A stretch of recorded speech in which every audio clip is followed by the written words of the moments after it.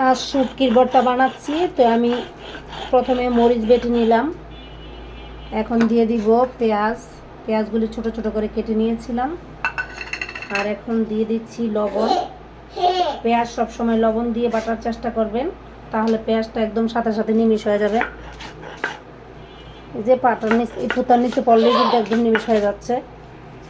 আর ভর্তার পেঁয়াজ সবসময় আদা ছাঁচা রাখলে ভর্তাটা অনেক মজা হয়। আমি একদম পুরা নিমিশ করবো না পেঁয়াজ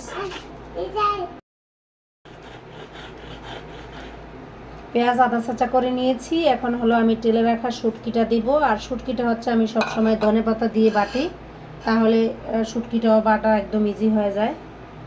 ধনেপাতা দিয়ে দিচ্ছি, দিয়ে এখন আমি এগুলো বাটবো।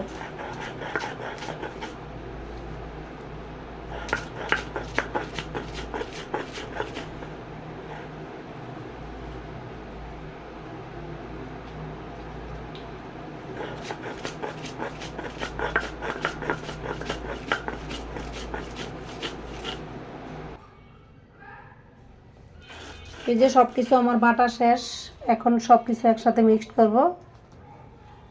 সব কিছু একসাথে মিক্সড করার পরে আমি হালকা আর একটু বাটা দিব আর কি, যেন সব কিছু ভালো মতো মিশে যায়। এই যে পেঁয়াজটা কিন্তু আমার আদা ছাঁচা আছে, আর এইভাবে ভর্তা করলে ভর্তাটা খেতেও কিন্তু অনেক মজা লাগে। হালকাভাবে একটা বাটা দিব যেন পেঁয়াজগুলি গলে না যায়।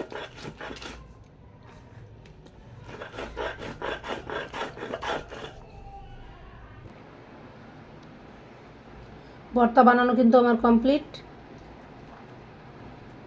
এখন আমি বাটিতে নিয়ে নিচ্ছি। এই যে ভর্তা বানানো রেডি, মানে ভর্তা বানানো শেষ।